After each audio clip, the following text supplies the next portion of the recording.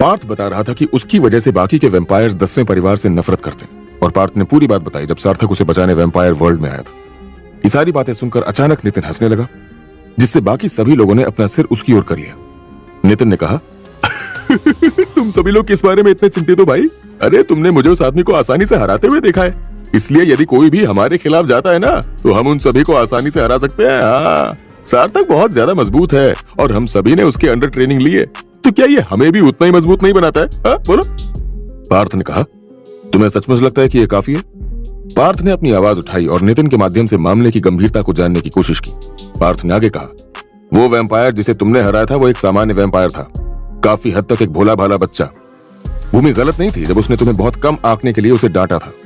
यहाँ ऐसे भी वैम्पायर्स हैं जो सैकड़ों सालों से जीवित रहे हैं और उन्होंने मजबूत बनने के अलावा कुछ नहीं करने के विचार के साथ ट्रेनिंग ली है। उनके पास ऐसी शक्तियां हैं जो इंसानों से भी कहीं ज्यादा आगे हैं, तो तुम इसे इतना आसान मत समझो, ठीक है?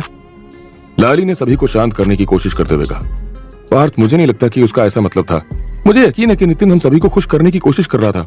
बेशक हम सभी समझते हैं कि हम दूसरे सभी वैम्पायर्स के खिलाफ युद्ध नहीं छेड़ सकते, लेकिन इस तरह टेंशन लेने से हमें कुछ भी मदद नहीं मिलेगी। अगर ऐसे दुखी रहने से परेशानियों का हल निकलता तो लोगों को कभी किसी परेशानी को सुलझाने के लिए कुछ करने की जरूरत ही नहीं पड़ती। वो ऐसे ही दुखी रहते और सब ठीक हो जाता। पार्थ कमरे के बाहर निकलकर दरवाजे की ओर चलने लगा। दरवाजे को अपने पीछे बंद करने से पहले उसने पीछे मुड़कर दूसरों की ओर देखा। पार्थ ने जाने से पहले कहा, तुम शायद सही हो। मुझे माफ करना दोस्तों, मुझे लगता है कि हम अभी यहाँ हैं लेकिन घर पर नहीं है, तो मैं थोड़ा और तनावग्रस्त हो सकता हूँ। प्लीज तुम लोग मेरे बिना जारी रखो। Come on, carry on. Dinesh को आश्चर्य हुआ। उसने पूछा, घर पर नहीं होने से उसका क्या मतलब था? धैर्य ने आह भरी और फिर समझाना शुरू किया, ऐसा बहुत कुछ है जो तुम लोग नहीं जानते। मूल रूप से पार्थ 13वें परिवार के लीडर का बेटा है। उसने इस तथ्य को छोड़ दिया कि उसने हमें इस पूरी गड़बड़ी में शामिल ना करने के लिए सार्थक और हमारे जीवन को बचाने की कोशिश की थी। इस वजह से उसे अपने ही परिवार से बेदखल कर दिया गया था। यहाँ तक कि पार्थ को मारने का आदेश भी दिया गया था। उसे फांसी दी जानी थी, लेकिन सार्थक ऐसा नहीं होने दे सकता था। इसलिए उसने अंततः वैम्पायर वर्ल्ड के पूरे परिवार और बाकी सभी लीडर्स के खिलाफ जाने का फैसला किया। पार्थ की जगह पर खुद को रखकर उसके बारे में सोचो। पार्थ को उस स्थान पर वापस जाने से मना किया गया है जहां वो बड़ा हुआ है, या उस परिवार को देखने से मना किया गया है जिसने उसको बचपन से पाला है। कोई आश्चर्य नहीं कि वो उसका सामान्य स्वभाव नहीं है। इस बीच दूसरी मंजिल पर करण और एमी दोनों की अपनी पर्सनल मीटिंग चल रही थी। करण बार बार आगे पीछे होते हुए टेंशन में अपने अंगूठे के नाखून काट रहा था। करण ने अनगिनत बार पूछा, और तुम्हें पूरा यकीन है कि तुमने उसकी आंखें पीली होती देखी हैं? ऐसा नहीं हो सकता कि उसकी रोशनी आंखों पर अजीब तरीके से पड़ रही हो? तुम नींद में हो और ये सब बस इमेजिन कर रही हो कि उसकी आंखें पीली चमक रही थी? एमी ने कहा, तुम मुझसे कितनी बार पूछना चाहते हो बताओ? मुझे 100% यकीन है कि मैंने उसकी आंखों को पीला होते हुए देखा है, लेकिन मुझे अभी भी समझ में नहीं आया कि इसमें इतनी बड़ी बात क्या है। एमी ने थोड़ा चिंतित होते हुए कहा, मैंने तुम्हें ये सब केवल इसलिए बताया क्योंकि जब मैंने भूमि को देखा तो मुझे कुछ अजीब लगा। अगर मुझे पता होता कि तुम इस बारे में सुनकर पागल होने वाले हो जैसे कि तुम अभी कर रहे हो, तो शायद मुझे तुम्हें बताना ही नहीं चाहिए था। करण ने कहा, मेरे ख्याल से यही ज्यादा सही होता। यह बेहतर होगा यदि हम दोनों पीली आंखों के बारे में भूल जाएं। दूसरी ओर अगर उन्हें कभी पता चला कि हम ऐसा कोई रहस्य रख रहे हैं तो। करण अपने आप में बड़बड़ा रहा था। उसे देखकर ऐसा लग रहा था जैसे वो एमी की बातों को सुनकर बौखला सा गया था। एमी जितना उन आंखों को मामूली समझ रही थी, करण के लिए वो आंखें इतनी मामूली नहीं थी। वो चाह कर भी एमी की बातों को अपने दिमाग से निकाल नहीं पा रहा। उसके मन में डर घर कर गया था। तभी एमी चिल्लाई, तब क्या? तब क्या? अब एमी इस बात से पूरी तरह नाराज थी कि करण ने यह साफ बताने से इनकार कर दिया था कि उन पीली आंखों का क्या मतलब है। करण ने उसे घूर कर देखा और कहा, तब वो हमें फांसी दे सकते हैं, समझी? उसका चेहरा उस भयानक अंत को देखकर डर से भर गया जो उसका सामना कर सकता था। एमी ने तुरंत इस बात पर जोर दिया कि करण इतना अजीब व्यवहार क्यों कर रहा था। फिर भी इससे उसे और ज्यादा उत्सुकता हुई कि भूमि वास्तव में क्या थी। उसने ऐसा क्या किया था कि वो इतनी खतरनाक हो गई कि परिवार से ये बात छिपाने पर मौत जैसी सजा हो सकती है? करण ने कहा, तुमने इसके बारे में अभी तक बहुत कुछ नहीं सीखा होगा, लेकिन मुझे यकीन है कि तुमने कम से कम उनका नाम तो सुना ही होगा। वैम्पायर्स का केवल एक ही ऐसा सब क्लास है जिसकी आंखें पीली होती हैं, एक धामपीर।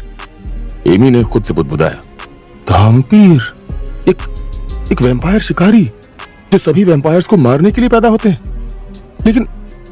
लेकिन ऐसा नहीं हो सकता। भूमि पूरी तरह से ठीक लगती है।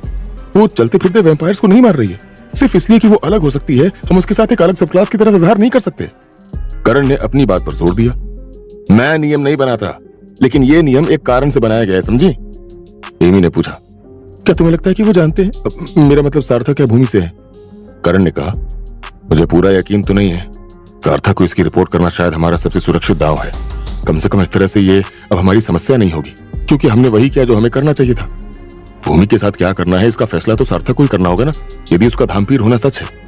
हालांकि एमी भूमि के इतने करीब नहीं थी जितना वो निशिका की थी, लेकिन वो नहीं चाहती थी कि भूमि को कोई नुकसान पहुंचे। महल में अपने समय के दौरान एमी ने भूमि का एक अच्छा साइड भी देखा था, एक ऐसा व्यक्ति जो हमेशा बारीकी से दूसरों की मदद करती थी। हमले के बाद 10वें परिवार में बहुत से लोग नहीं बचे थे, और उसके बाद हर कोई पहले से भी ज्यादा करीब आ गया था। उनके परिवारों के मारे जाने से ऐसा लगा जैसे महल में रहने वाले बचे हुए लोग एक बड़ा परिवार बन गए हों। एमी ने सोचा, वो तुमसे इतना क्यों डरते हैं भूमि? वहीं दूसरी ओर 13वें महल में से एक में जहां आमतौर पर वैम्पायर लीडर रहते थे, वहां एक शख्स सिंहासन पर धैर्यपूर्वक बैठा हुआ था। कमरे में अंधेरा था और परछाइयां अपना चेहरा ढक रही थी। उसने धैर्यपूर्वक प्रतीक्षा की। जल्द ही छाया से रेंगते हुए एक बड़ी आकृति उसके सामने प्रकट हुई। इस व्यक्ति की मांसपेशियां उभरी हुई थी और त्वचा भूरे रंग की थी। जब वो सिंहासन की ओर जाने वाली लाल कालीन पर चल रहा था तो उसकी सांसें भारी सुनाई दे रही थी। और फिर जैसे ही वो व्यक्ति रोशनी में आया, ये साफ हो गया कि ये एक ब्लड सकर ही था। लीडर ने उस ब्लड सकर को बोलने की अनुमति देते हुए कहा, बोलो, क्या बात है, तुम बोल सकते हो। उस ब्लड सकर ने कहा, मैं यहाँ एक संदेश देने आया हूं। उस ब्लड सकर ने वैसा ही किया जैसा उससे कहा गया था। उसने आगे कहा, आपने पहले पूछा था कि रवि ने 10वें परिवार के महल पर हमला करने का फैसला क्यों किया। हमें यह पता चला है कि रवि को पता चला था कि वो वहां किसी बहुत महत्वपूर्ण व्यक्ति को छिपा कर रख रहे हैं। आमतौर पर ब्लड सकर बोलने में असमर्थ होते हैं, लेकिन जो लोग रवि के समूह का हिस्सा थे वो लंबे समय से ब्लड सकर थे और धीरे धीरे उन्हें अपना दिमाग और बाकी सब जरूरी चीजें वापस मिलने लगी थी और वो आम वैम्पायर्स की तरह ही एक दूसरे से बातचीत कर सकते थे। लीडर ने कहा, ओह, मैंने सोचा कि रवि सिर्फ 10वें परिवार के पीछे गया था क्योंकि वो सबसे कमजोर है। लीडर ने टिप्पणी की। वो इस स्पष्टीकरण से बिल्कुल भी परेशान नहीं हुआ। ऐसा नहीं लग रहा था कि उसने कुछ रहस्यमयी बात सुनी थी। ब्लड सकर ने अपना सिर हिलाया और कहा, रवि को पता चला था कि 10वां परिवार अपने बीच एक धामपीर को छिपा रहा है। रवि उस धामपीर को हमारे पक्ष में शामिल होने के लिए मनाना चाहता था। और इधर रॉयल गार्ड सार्थक को राजा के महल तक ले जाने के लिए महल के बाहर धैर्यपूर्वक इंतजार कर रहा था, जहां दीपेश पहले से ही उसका इंतजार कर रहा था। वहां उसे पता चलेगा कि दीपेश उससे अकेले में किस बारे में बात करना चाहता था, और सार्थक भी उम्मीद कर रहा था कि उसे अपने खुद के कुछ जवाब मिल सकते हैं। जाने से पहले सार्थक ने सुनिश्चित किया कि उसके दोनों वैम्पायर नाइट उसके बिना उस जगह की देखभाल करने में सक्षम होंगे। उसने लियो और पॉल दोनों को विशेष रूप से डिजाइन किया गया मास्क सौंपा। हर एक का डिजाइन एक दूसरे से थोड़ा अलग था। पॉल ने पूछा, तुम चाहते हो कि हम इन्हें पहने? पॉल ने मास्क को ऐसे देखते हुए पूछा जैसे ये हैलोवीन के लिए कोई सस्ती से कॉस्ट्यूम का कोई हिस्सा होगा। पॉल ने सोचा, क्या आजकल के बच्चे इसे अच्छा समझते हैं?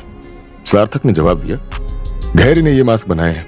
हालांकि सिस्टम मुझे जब चाहे तब आप लोगों को बुलाने की अनुमति देता है, लेकिन ये दूसरे तरीके से काम नहीं करता है। यदि आपने ध्यान दिया है तो फोन यहाँ काम नहीं करते हैं, लेकिन ये सभी मास्क एक दूसरे से जुड़े हुए हैं, इसलिए हम कम से कम एक दूसरे से टच में रह सकते हैं और इनका उपयोग करके हम आपस में एक दूसरे से बात कर सकते हैं। आपको उन्हें हर समय पहनने की जरूरत नहीं है। जब आपको मुझसे कुछ बात करनी हो केवल तभी आप इसे पहन लेना। लियो ने पूछा, क्या बाकी लोगों को भी मास्क दिए गए हैं? लियो ने ऐसा इसलिए पूछा क्योंकि उसने अभी तक किसी और को इस मास्क को पहनते हुए नहीं देखा था।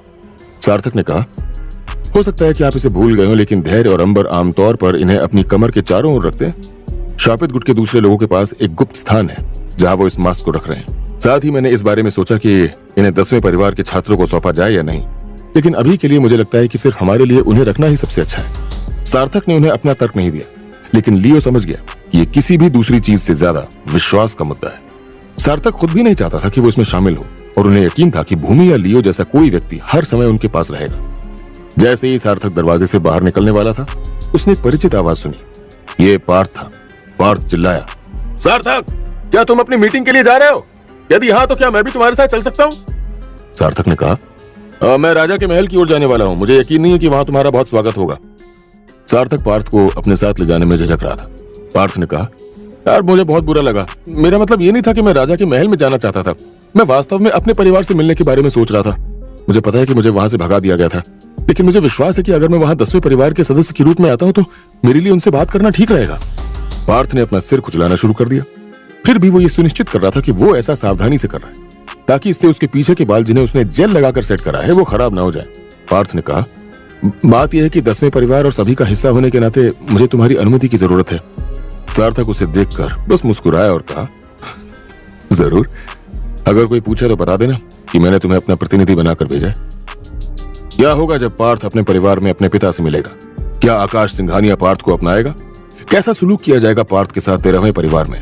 क्या होगा आगे जानने के लिए सुनते रहिए ये मजेदार और अद्भुत कहानी माय वेम्पायर से।